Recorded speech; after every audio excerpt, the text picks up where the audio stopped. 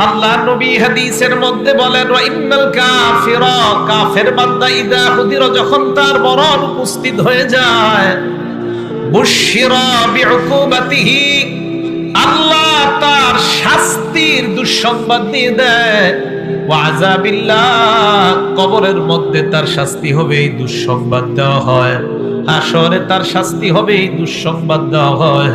তাই বেঈমান আল্লাহর সাক্ষাৎ চায় না, আল্লাহ বেঈমানের সাক্ষাৎ চায় না। এবার মন দিয়ে শোনেন, 15টা ভালো মৃত্যুর আলামত বলবো। কয়টা?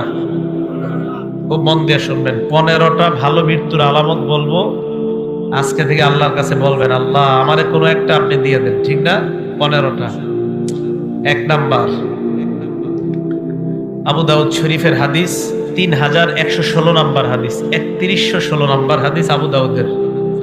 ক্বালা রাসূলুল্লাহ সাল্লাল্লাহু আলাইহি ওয়াসাল্লাম, আল্লাহর নবী বলেন, মান কানা আখিরু কালামিহি লা ইলাহা ইল্লাল্লাহ দাখালাল জান্নাহ। কোন ব্যক্তি যখন লা ইলাহা ইল্লাল্লাহ বলতে বলতে মারা যায়, এটা ভালো মৃত্যুর আলামত। মরার পর তার ঠিকানা আল্লাহর জান্নাত। মনে থাকবে তো? আল্লাহ আমার সামনে যারা, আমি সহ আমার মা বোন যারা শুনতেছে, আমাদের সকল গামনে মরণের সময় কালিমা নসিব করে দিয়ে দেয়। 1 নাম্বার, কালিমা আল্লাহ নসিব করে দেয়। 2 নাম্বারটা মন দিয়ে শোনেন, কপাল ঘামায়া যাবে। ইমানদারের একটা আলামত এটাও, মৃত্যুর সময় ইমানদারের কপাল ঘামায়া যাবে। সুবহানাল্লাহ। কপাল। নাসাই শরীফের 1828 নাম্বার হাদিস। ক্বালা রাসূলুল্লাহ সাল্লাল্লাহু আলাইহি ওয়াসাল্লাম, মাউতুল মুমিনি বিআরাকিল জাবিন। ইমানদার মারা যাওয়ার সময় যদি দেখো তার কপাল ঘামায়া যায়, বুঝবা তার মরণটা বড় সুন্দর। মনে থাকবে? আবার কপাল না ঘামাইলে তারা জাহান্নামী মনে করে না, মানে এটা একটা আলামত। কপাল ঘামিয়ে যাওয়া এটা ভালো মৃত্যুর একটা লক্ষণ। এটা হলো 2 নাম্বার। 3 নাম্বার, জুমার দিন অথবা জুমার রাত্রে যদি কোনো ইমানদার মারা যায়, জুমার দিন অথবা জুমার রাতে, জুমার দিন অথবা জুমার রাতে। তিরমিজি শরীফের 1074 নাম্বার হাদিস। তিরমিজি শরীফের 1074 নাম্বার হাদিস। ক্বালা রাসূলুল্লাহ সাল্লাল্লাহু আলাইহি ওয়াসাল্লাম, আল্লাহর নবী বলেন, মা মিন মুসলিমিন ইয়ামুতু ইয়াউমাল জুমআতি আও লাইলাতাল জুমআ।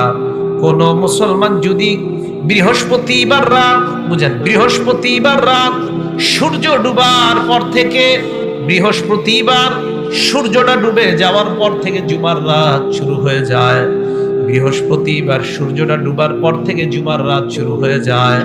আল্লাহ নবী বলেন, এই জুমার রাত যদি কোনো মুসলমান মারা যায়, অথবা পরের দিন সূর্য ডুবার আগে যদি কোনো মুসলমান মারা যায়, আল্লাহ নবী বলেন, এই মুসলমান ইল্লা বুকিয়া ফিতনাতাল কবর, আশা করা যায় কবরের আযাব থেকে আল্লাহ তাকে হেফাজত করবেন। কবরের আযাব থেকে আল্লাহ আমাদেরকে আপনি জুমার রাত বা জুমার দিনে ইমানি হালাতে কালিমা পড়তে পড়তে সেজদা অবস্থায় মৃত্যু দিয়ে। এ হলো 3 নাম্বার। 4 নাম্বার, আল্লাহ রাস্তায় শহীদ যারা হয়, সুবহানাল্লাহ। মুসলিম শরীফের হাদিস, 4835 নাম্বার হাদিস। মুসলিম শরীফের হাদিসের নাম্বারগুলো তখন মিলবে যদি হাদিস সংখ্যা হয় 7453, মোট হাদিস হবে। ক্বালা রাসূলুল্লাহ সাল্লাল্লাহু আলাইহি ওয়াসাল্লাম, আল্লাহর নবী বলেন, মা তাউদ্দুনা শাহীদা ফীকুম। এ আমার সাহাবারা, তোমরা শহীদ কাকে বলো? সাহাবারা জবাব দিলেন, ইয়া রাসূলুল্লাহ, মান কুতিলা ফি সাবিলিল্লাহ, আল্লাহর রাস্তায় যে নিহত হয় তাকে আমরা শহীদ বলি। আল্লাহ নবী কয়, ইন্না শুহাদা উম্মতি ইযাল লাকালিল। শুধুমাত্র আল্লাহর রাস্তায় শহীদ হইলে যদি শহীদ বলা হয়, তাহলে তো আমার উম্মতের শহীদের সংখ্যা বেশি হবে না। নবীজি বলেন, আমার কয় উম্মত আছে যারা মাঠে গিয়া শহীদ হতে পারবে? কি বলে দেখেন নবীজি, আমার উম্মতের শহীদের সংখ্যা এত কম হলে চলবে না। সাহাবারা কয় হুজুর বাড়তে পারে কিভাবে? আল্লাহর নবী কয় হ্যাঁ তোমরা মনে রাখবা, মান কুতিলা ফি সাবিলিল্লাহ ফাহুয়া শাহীদ, যেই ব্যক্তি আল্লাহর রাস্তায় শহীদ হয়, নিহত হয়, সেও শহীদ। নবী বলেন ওয়ামান মাতা ফি সাবিলিল্লাহ, আল্লাহর রাস্তায় বের হইয়া রাস্তার মধ্যে যদি কেউ মারা যায়, আল্লাহ তাকেও শাহাদাতের মর্যাদা দিয়ে দেয়। ওয়ামান মাতা ফিত তাউন, আমার কোন ইমানদার উম্মত যদি মহামারীতে মারা যায়, প্লেগ রোগে মারা যায়, মহামারী করোনা ওমিক্রনে যদি আমার কোন ইমানদার উম্মত ঈমান নিয়ে মারা যায়, আল্লাহর নবী বলেন ফাহুয়া শাহীদ, আমার ওই উম্মতকেও আল্লাহ শাহাদাতের মর্যাদা দিয়ে দেয়। 4 নাম্বার, ওয়ামান মাতা ফিল বাতনি, আমার কোন উম্মত যদি অনেক দিন যাবত পেটের রোগে থাকে, পেটের রোগ, পেটের খারাপ, পেট খারাপ, আমার কোন উম্মত যদি পেটের রোগে মারা যায়, আল্লাহ তাকেও শাহাদাতের মর্যাদা দিয়ে দেয়। পেট খারাপের রোগে কেউ মারা গেলে বুঝতে হবে তার মরণটা ভালো। এই বুঝে আসছে?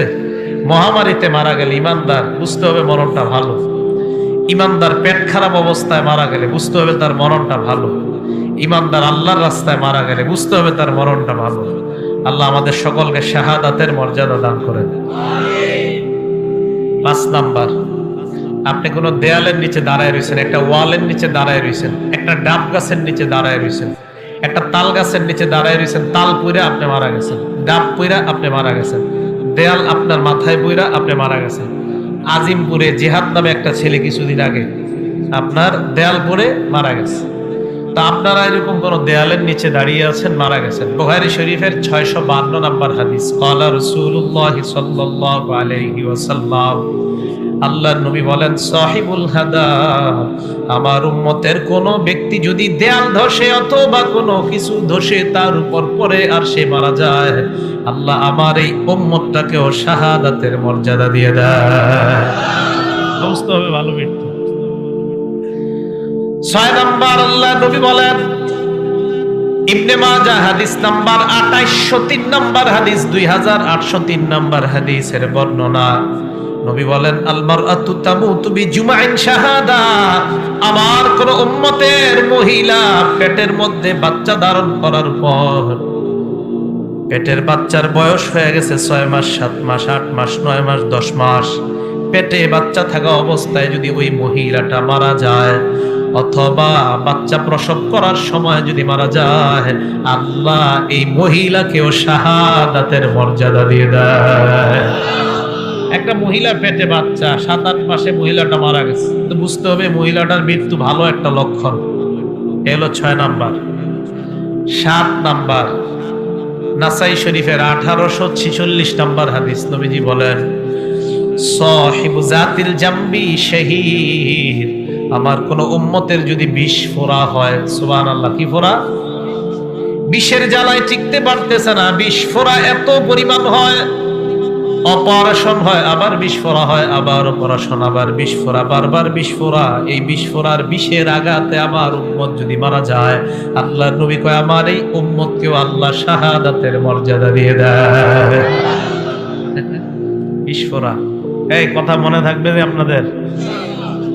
8 নাম্বার, এটাও নাসাই শরীফের 1846 নাম্বার হাদিস, قال رسول الله صلى الله عليه وسلم صاحب الحرق شهيد, আমার কোন উম্মত যদি আগুনে জ্বলে মারা যায়, ঝালকাঠির লঞ্চের মধ্যে আমার যতগুলা উম্মত আগুনের মধ্যে পুড়ে মারা গিয়েছে, আমার ওই উম্মতকেও আল্লাহ শাহাদাতের মর্যাদা দিয়ে দেয়। সাহিবুল হরক, শহীদ, আগুনে পুড়ে মারা গেলে আমার উম্মত এও শহীদ। আবার ইচ্ছা করে আগুনে জাপ দেন না কিন্তু, তাহলে আত্মহত্যা। হ্যাঁ, বুঝে আসছে তো? এলো 8 নাম্বার। 9 নাম্বার, বুখারী শরীফের 2840 নম্বর হাদিস, এটা মন দিয়ে শুনেন। আপনার ঘরে ডাকাত ঢুকছে, ডাকাত চোর ঢুকছে, قال رسول الله صلى الله عليه وسلم من قتل دون ماله فهو شهيد, আমার কোন উম্মত সম্পদ রক্ষা করতে গিয়ে যদি মারা যায়, নিহত হয়ে যায়, সম্পদ রক্ষা করতে গিয়ে আমার উম্মত যদি নিহত হয়, ঘরের মধ্যে চোর ঢুকছে, এই চোরকে প্রতিহত করতে গিয়ে ছুরির আঘাতে যদি আমার উম্মত মারা যায়, আল্লাহর নবী কয় ফাহুয়া শহীদ, আমার ওই উম্মতকেও আল্লাহ শাহাদাতের মর্যাদা দিয়ে দেয়। সম্পদ রক্ষা করতে গেছেন আপনি, আপনার মেরে ফেলছে, আপনি শহীদ হয়ে যাবেন, 9 নাম্বার। তাহলে এই মৃত্যু যদি হয় বুঝতে হবে ভালো মৃত্যু। 10 নাম্বার, এই 10 নাম্বার হাদিসটা নাসাই শরীফের হাদিস, হাদিস নাম্বার 4095, নাসাই শরীফের 4095 নাম্বার হাদিস। ক্বালা রাসূলুল্লাহ সাল্লাল্লাহু আলাইহি ওয়াসাল্লাম, আল্লাহর নবী বলেন মান কুতিলা দুনা আহলিহি ফাহুয়া শাহীদ। আমার কোন উম্মত যদি পরিবার রক্ষা করতে গিয়ে মারা যায়, সন্তান রক্ষা করতে গিয়ে, বিবি রক্ষা করতে গিয়ে, ছেলে রক্ষা করতে গিয়ে যদি মারা যায়, আল্লাহর নবী কয় আমার ওই উম্মতকেও আল্লাহ শাহাদাতের মর্যাদা দিয়ে দেয়। 11 নাম্বার, এটাও নাসাইর 4095 নাম্বার হাদিসের বর্ণনা। আল্লাহর নবী বলেন মান কুতিলা দুনা দীনিহি, আমার কোন উম্মত ইসলাম রক্ষা করতে গিয়ে যদি শহীদ হয়, সুবহানাল্লাহ, ইসলাম রক্ষা করতে গিয়ে যদি আমার কোন উম্মত নিহত হয়, ইসলাম নবীর ইজ্জত হেফাজতের জন্য আমার কোন উম্মত মিছিলে বের হয়, কারা জানি গুলি করে আমার উম্মতকে যদি নিহত করে, আল্লাহর নবী কয় আমার ওই উম্মত ইসলাম রক্ষা করতে গিয়ে, দিন রক্ষা করতে গিয়ে যদি নিহত হয়, আল্লাহ তাকেও শাহাদাতের মর্যাদা দিয়ে দেয়। 12 নাম্বার, এটাও নাসাইর 4095 নাম্বার হাদিসের বর্ণনা। মান কুতিলা দুনা দামিহি, কোন মানুষ নিজের প্রাণ রক্ষা করতে গিয়ে যদি শহীদ হয়, প্রাণ রক্ষা, নিজের প্রাণ বাঁচাইতে গেছে, আপনার ঘরে অস্ত্রধারী 2-1 ঢুকছে, প্রাণ বাঁচাইতে গেছেন আপনি, দস্তাদস্তি করার এক পর্যায়ে আপনি যদি মারা যান, আল্লাহর নবী কয় আমার এই উম্মতকেও আল্লাহ শাহাদাতের মর্যাদা দিয়ে দেয়। এই মৃত্যুগুলা ভালো মৃত্যু। এটা হলো 12 নাম্বার। 13 নাম্বার, এটা নাসাই শরীফের 4096 নাম্বার হাদিস। ক্বালা রাসূলুল্লাহ সাল্লাল্লাহু আলাইহি ওয়াসাল্লাম, আল্লাহর নবী বলেন মান কুতিলা দুনা মাজলামাতিহি ফাহুয়া শাহীদ। আমার কোন উম্মত জুলুম প্রতিহত করতে গিয়ে যদি শহীদ হয়, জুলুম প্রতিহত করতে গিয়ে যদি আমার কোন উম্মত নিহত হয়, আল্লাহ তাকেও শাহাদাতের মর্যাদা দিয়ে দেয়। আপনি জুলুম বাধা দিতে গেছেন, আপনারা মাইরা ফেলছে, আপনি শহীদ, আল্লাহ এই মৃত্যুটাও ভালো মৃত্যু, সুবহানাল্লাহ। 14 নাম্বার, তিরমিজি শরীফের 1665 নাম্বার হাদিস। এই হাদিসটা মন দিয়ে শুনেন।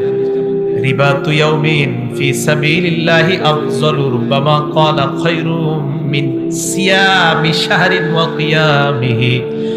আল্লাহর রাস্তায় গিয়ে যদি কেউ এক রাত্র পাহারা দেয়, কেউ যদি আল্লাহর রাস্তায় গিয়ে একদিন পাহারাদারি করে, 1 মাস রোজা রাখলে আর রাতের বেলা তাহাজ্জুদ পড়লে যে সওয়াব, 1 রাত পাহারাদারি করলে আল্লাহ তাকে সেই পরিমাণ সওয়াব দিয়ে দেয়।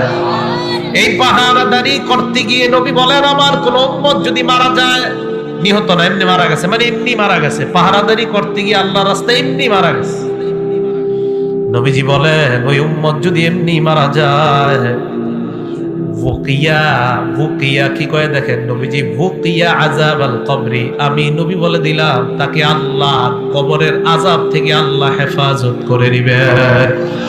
শুধু তাই নয়, ওয়া নুমিয়া লাহু আমালুহু ইলা ইয়াউমিল কিয়ামা, তার আমল আল্লাহ বাড়াইতে থাকবে, বাড়াইতে থাকবে, কিয়ামত পর্যন্ত তার আমল শুধু বাড়তেই থাকবে, বাড়তেই থাকবে, কমবে না। আল্লাহর রাস্তায় পাহারাদারি করতে গিয়ে যদি কেউ মারা যায়, আল্লাহর এই মৃত্যুটাও বুঝতে হবে সুন্দর মৃত্যু। আল্লাহ আমাদের সকলকে এই জাতীয় মৃত্যু যেন আমাদের হয়, আল্লাহ তৌফিক দান করেন। 15 নাম্বার, একটা কিতাব আছে, কিতাবের নাম মুসনাদে আহমদ, হাদিস নাম্বার 23372 নাম্বার হাদিস, 23372 নাম্বার হাদিস। ক্বালা রাসূলুল্লাহ সাল্লাল্লাহু আলাইহি ওয়াসাল্লাম, আল্লাহ নবী বলেন মান তাসাদদাকা বিসাদাকা খুতিমা লাহু বিহা দাখালাল জান্নাহ। কোন মানুষ সদকা করছে, দান করেছে সদকা করার একটু পর যদি মারা যায়, বুঝতে হবে এই মানুষটা একটু আগে ভালো কাজ করছে আর এখন মারা গেছে। আল্লাহর নবী কয়, আমি ঘোষণা দিয়ে দিলাম লোকটা জান্নাতি। আপনি সদকা করছেন, একটু পরে মারা গেছেন, তো নবীজি বলেন সে ভালো কাজ করছে শেষের দিকে, তার মানে শেষে একটা সদকা, এর দ্বারা প্রমাণ হয় তার শেষের আমলটা ভালো। খুতিমালাহু বিহা দাখালাল জান্নাহ, আল্লাহ তাকে জান্নাত প্রবেশ করাবেন। এবার নবীজি বলেন, ওমান সামা ইবতিগা ওয়াজহিল্লাহ, কেউ নফল রোজা রাখছেন, আল্লাহরে খুশি করার জন্য নফল রোজা রাখছেন, এই মুহূর্তে যদি আপনার মৃত্যু হয়ে যায়, আপনার মারা যায়, আল্লাহ পাক রব্বুল আলামিন আপনার এই ব্যক্তিটাও যদি মারা যায়, এই যে শেষে ভালো আমল, আল্লাহ তাকেও জান্নাত দান করবেন। তাহলে 15টা ভালো মৃত্যুর লক্ষণ বললাম। আল্লাহ আমাদের সকলকে যেন ভালো আমল করে, নেক আমল করে আমরা মৃত্যু বরণ করতে পারি, আল্লাহ তৌফিক দান করেন। তো বলতেছিলাম, আল্লাহ বলেন তোমরা মৃত্যু থেকে পালিয়ে বেড়াও, এই মৃত্যু তোমাদেরকে পাকড়াও করবে, এই মৃত্যু তোমাদেরকে ধরবে। আল্লাহ আমাদের সকলকে মরণের প্রস্তুতি যেন আমরা নিতে পারি, আল্লাহ তৌফিক দান করেন। এবার আপনাদেরকে বিখ্যাত একটা হাদিস শোনাবো। হাদিসটার কিতাবের নাম মুস্তাদে আহমদ, হাদিস নাম্বার 18,557 নাম্বার হাদিস। নবীজির এক সাহাবা নাম বারা ইবনে আযিব রাদিয়াল্লাহু তাআলা। নবীজির এক সাহাবা নাম বারা ইবনে আযিব রাদিয়াল্লাহু তাআলা। এই বারা ইবনে আযিব নবীর এক সাহাবা। উনি বলেন, খরজনা মা রাসূলিল্লাহি সাল্লাল্লাহু আলাইহি ওয়াসাল্লাম ফি জানাজাতি রাজুলিন মিনাল আনসার। হাদিসটা দিল লাগায় শুনেন, আগে বুঝেন। আপনারা উত্তর পাড়ার মানুষ, দক্ষিণ পাড়া এক ব্যক্তির জানাজায় যাবেন। উত্তর পাড়ার মানুষ দক্ষিণ পাড়া জানাজায় যাবেন। তো জানাজায় আপনারা রওনা করছেন, জানাজায় যার জানাজা পড়বেন, তার জানাজায় যাওয়ার আগে দেখছেন বাঁশ তলার মধ্যে তার কবরটা খোঁড়া হয়েছে। এরকম হতে পারে না? মানে তাকে এখনো কবরে দেওয়া হয় নাই, এর আগে আপনারা তার কবরের সামনে দিয়ে তার জানাজায় যাইতেছেন। এরকম হতে পারে কিনা? নবীজি বলেন, নবীজির সাহাবা বারা ইবনে আযিব বলেন, আমরা নবীজির সাথে বের হইলাম। বের হওয়ার পর এক আনসারী সাহাবার জানাজা পড়ার জন্য রওনা করলাম। রওনা করার পর আমরা যাইতে যাইতে আনসারী সাহাবার জানাজায় যাওয়ার আগে তার কবরের সামনে দিয়ে আমরা যাইতে লাগলাম।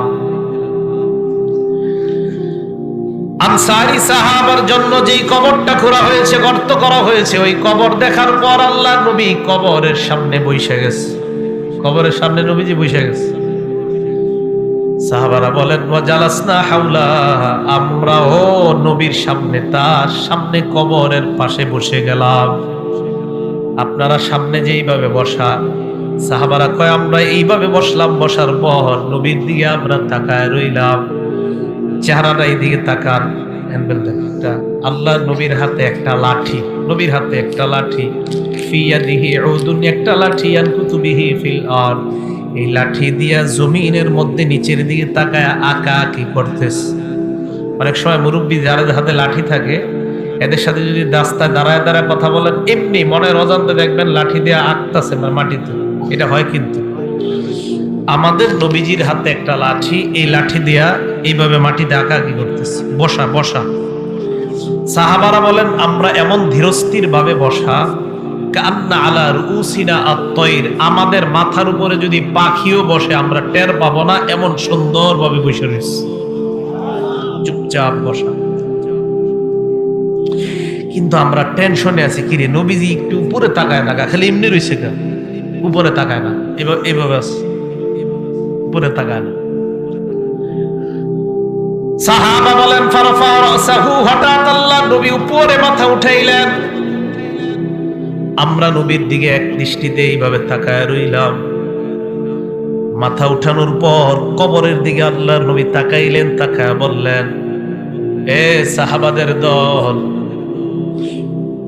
ইস্তাইযু বিল্লাহি মিন আযাবিল কবরি মাররাতাইনি আও সালাসা। সাহাবাদের দিকে তাকায় বললেন, তোমরা এই কবর থেকে, আল্লাহর কাছে কবরের আযাব থেকে পানাহ চাও। এই কথাটা নবী 2 বার অথবা 3 বার বললেন।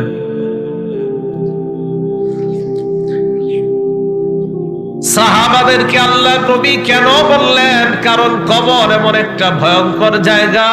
কবর আমাকে, আপনাকে, আমাদের সকলকে প্রত্যেকদিন ডাক দিয়ে বলে, আনা বাইতুল গুরবা, আমি কিন্তু অপরিচিত ঘর, আমার কাছে আসার আগে চিন্তা ভাবনা করে আসবা।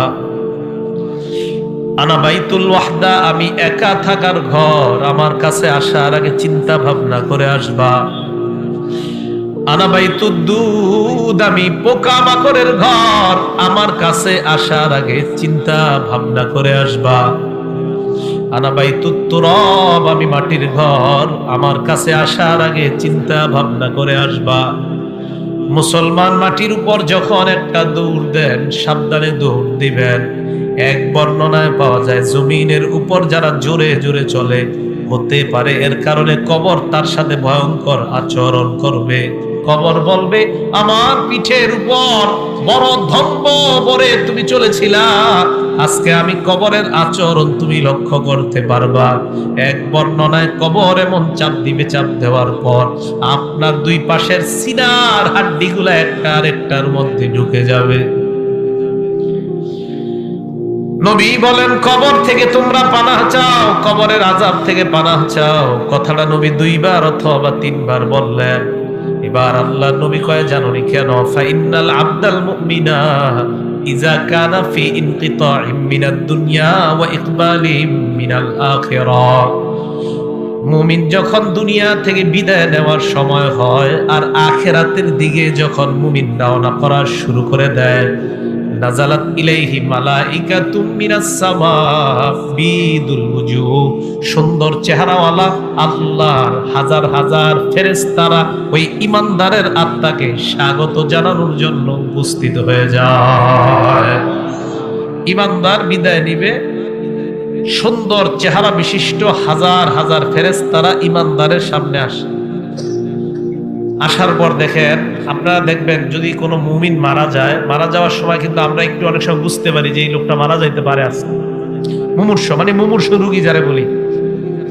হাদিসে আসছে, ইয়াজলিসু মিনহু মাদ্দা বাসরিহি, ঈমানদার এইভাবে চোখ দিয়া তাকাইলে তার দৃষ্টি যেই পরিমাণ যায়, ফেরেশতারা দুইটা কাতার হয়ে ঈমানদারের দৃষ্টির শেষ সীমানা পর্যন্ত তার আত্মাকে স্বাগত জানানোর জন্য তারা বসে অপেক্ষা করতে থাকে। কথাটা কি বুঝে আসছে আপনাদের? তো সবাই অপেক্ষায় আছে, সবাই তো অপেক্ষায় আছে।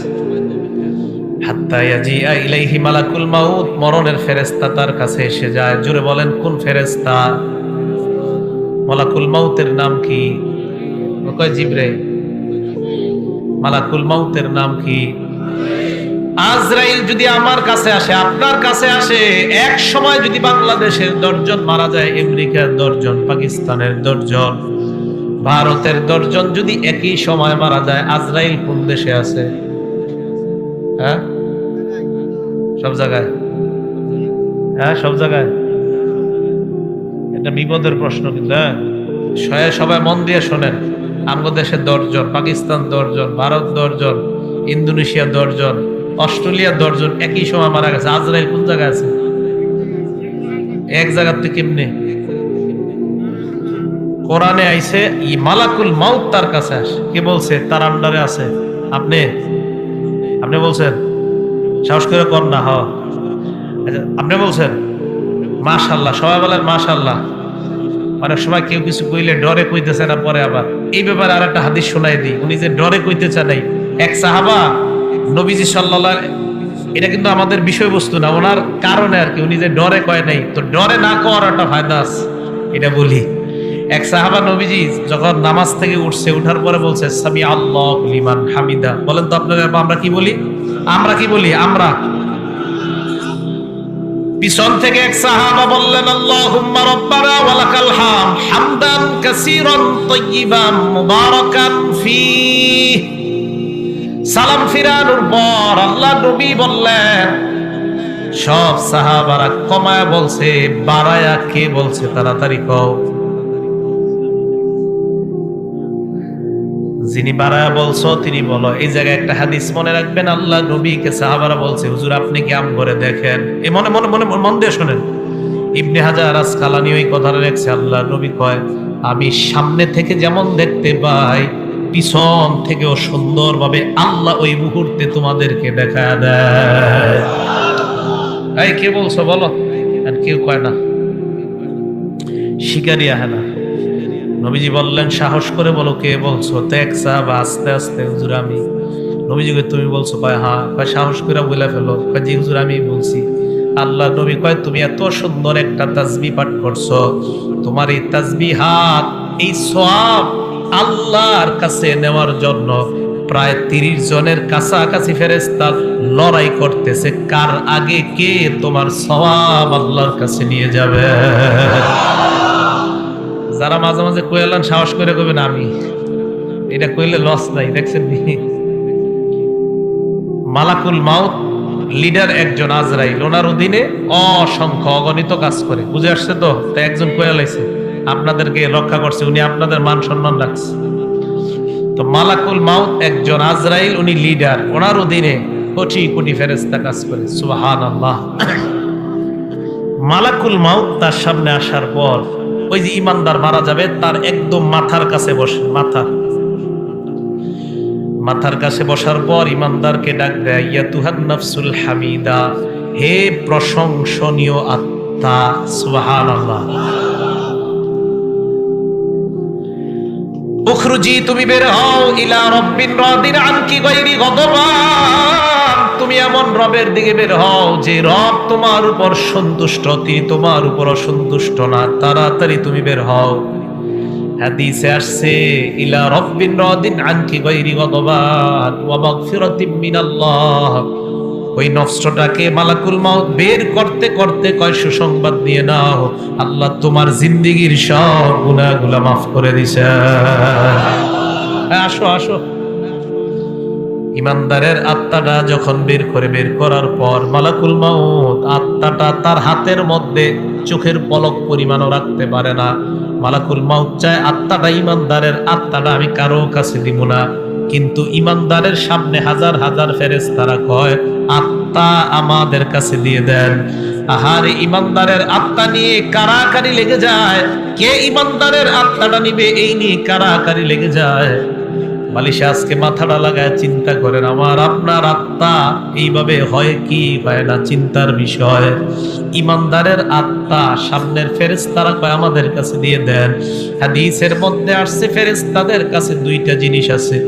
এক নাম্বার মাহুম কাফরুম মিন আকফানিল জান্নাহ, জান্নাতের কাফনের কাফন বিছায়া কয় ও মালাকুল মাউত ইমানদারের আত্মাটা এই জান্নাতের কাফনের কাপড়ের মধ্যে দিয়ে দেয়। জান্নাতের কাফনের কাপড়। মুসনাদে আহমদ হাদিস নাম্বার 18557 নম্বর হাদিস। আবু দাউদ হাদিসটা সংক্ষেপে আসছে। এই হাদিসের মান সহিহ। সহিহুল জামেও আসছে। নাসিরউদ্দিন আলবানী যে কিতাব লেখছে ওখানে আসছে। তাতে আহলে হাদিস ভাইরাও এই হাদিস নিতে পারেন, টেনশনের কিছু নেই। তো রাসূল করিম সাল্লাল্লাহু আলাইহি ওয়াসাল্লাম বলেন মালাকুল মাউত যারা সামনে যে ফেরেশতারা হাজার হাজার, তারা জান্নাতের কাফনের কাপড়টা বিছায় কয় আত্মাটা এই জায়গায় দাও। দেখেন কি কয়, আত্মা ওই কাফনের মধ্যে দেওয়ার পর হানুতুম মিন হানুতিল জান্নাহ, জান্নাতের সুগন্ধি লাগায় দেয়। সুবহানাল্লাহ। সুগন্ধি লাগায় ইমানদারের আত্মাটা এইভাবে পেঁচায়। পেছানোর পর আত্মা নিয়ে যখন ফেরেশতারা ফাসাদুনা বিহা ইলাস সামা, আল্লাহর আসমানের দিকে তারা রওনা হয়ে যায়। আসমান, প্রথম আসমানের কাছে যাওয়ার আগে অন্যান্য হাজার হাজার ফেরেশতারা যাদের সামনে দিয়ে নিয়ে যায়, হাদিসের মধ্যে আসছে যার সামনে দিয়ে যায় ওই ব্যক্তিরা, ওই ফেরেশতারাই কয়টা কার আত্মা কোথায় নিয়ে যাও। আত্মা বহনকারী ফেরেশতারা কয় ফুলান ইবনু ফুলান, এটা উমকের আত্মা উমক জায়গায় নিয়ে যায়। ভালুকার উমকের আত্মা, উমকের সন্তান উমকের আত্মা। এই ফেরেশতারা কয় তোমরা কিভাবে বুঝতে পারলা? কয় আমরা এমন সুন্দর একটা ঘ্রাণ পাইলাম, এত সুন্দর ঘ্রাণ এই দুনিয়ার অন্য কোথাও আমরা পাই না। ইমানদারের আত্মা থেকে এত সুন্দর ঘ্রাণ বের হয়। আত্মা কোথায় নিয়ে যাও? কয় আসমানে নিয়ে যাই। প্রথম আসমানের কাছে যাওয়ার পর আসমানের দরজা খুলে দেওয়া হয়। প্রথম আসমানের ফেরেশতারা, হাদিসের মধ্যে আল্লাহ নবী বলেন যত ফেরেশতাদের সামনে দিয়ে আত্মাটা যায়, প্রত্যেক ফেরেশতা স্বাগত জানাইতে জানাইতে আত্মা উপরের দিকে পাঠায় দেয়।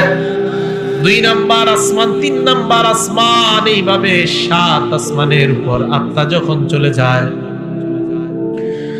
আল্লাহ পাক রব্বুল আলামিন বলে ফেরেশতাদের দল এবার থাম, আর আত্মা উপরে উঠানোর কোনো প্রয়োজন নাই।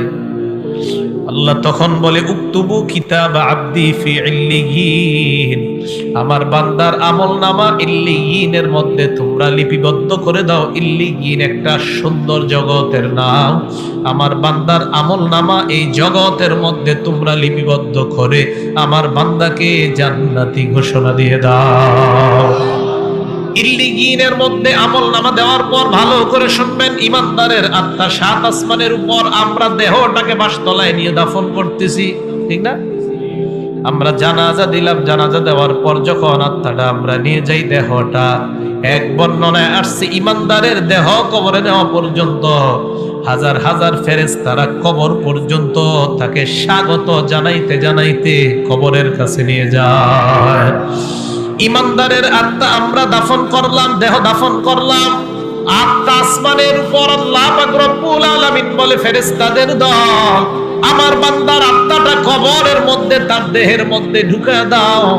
ইমানদারের দেহের মধ্যে আত্মা ঢুকিয়ে দেওয়ার পর ফায়াতিয়ানিহি মালাকান, 2 জন ফেরেশতা ইমানদারের কাছে উপস্থিত হয়ে যায়। উপস্থিত হওয়ার পর ফায়ুজিলিসানিহি, তারে বসায়, বসানোর পর ফায়াস আলানিহি, তাকে প্রশ্ন করে।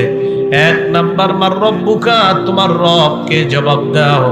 ওই বান্দা জবাব দেয় রব্বি আল্লাহ, চিল্লায় বলেন আমাদের রব কে। এই কথার উপর অটল থাকতে হবে, এই কথার উপর কি থাকতে হবে?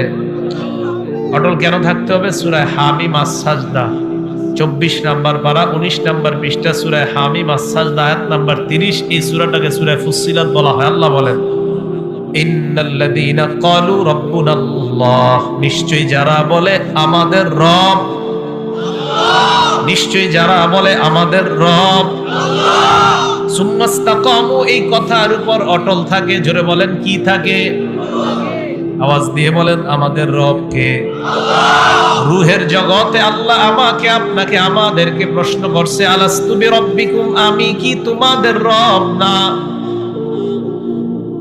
কাফের, বেঈমান, নবী, ওলি সবার আত্মা জবাব দিয়ে বলছে আল্লাহ আপনি আমাদের রব। বেঈমানরাও বলছে আপনি আমাদের রব, ইমানদাররাও বলছে আপনি আমাদের রব, নবী, ওলি, ওলামায়ে কেরাম, সাধারণরাও বলছে আপনি আমাদের রব। এবার আসেন, আল্লাহ বলছে আমি কি তোমাদের রব না? এই কথার অর্থ হলো 6টা। জোরে বলেন কয়টা? 1 নাম্বার, আমি কি তোমার ব্যক্তি জীবনের রব না? 2 নাম্বার, আমি কি তোমার পারিবারিক জীবনের রব না?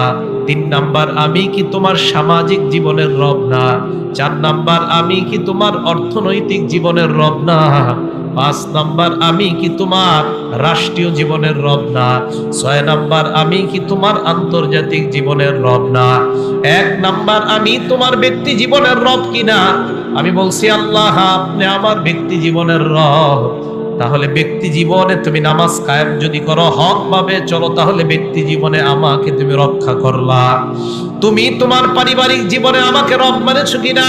হ্যাঁ মাবুদ, আপনাকে আমি পারিবারিক জীবনে রব মানলাম। তোমার বিবি বেপরদায় চলে কেন? মাবুদ, আমি আমার বিবিকে বেপরদায় চালাই না, বিবি উল্টা পাল্টা নিজের থেকেই চলে, তাহলে সমস্যা নাই। আর যদি বলেন বিবি আমার আশকারায় পর্দা করে না, আল্লাহ বলবেন তাহলে তুমি পারিবারিক জীবনে আমাকে রব মানো নাই। আপনি আপনার বিবিকে নামাজি বানাইতে পারেন না, আপনার ছেলেকে নামাজ পড়তে বলেন না, মেয়েকে নামাজ পড়তে বলেন না, তার মানে পারিবারিক জীবনে আল্লাহর রব মানেন নাই। 3 নাম্বার, সামাজিক জীবনে রব। সমাজের কয়টা মানুষের দাওয়াত দিছেন? নামাজের দাওয়াত দিছেন কয়টা?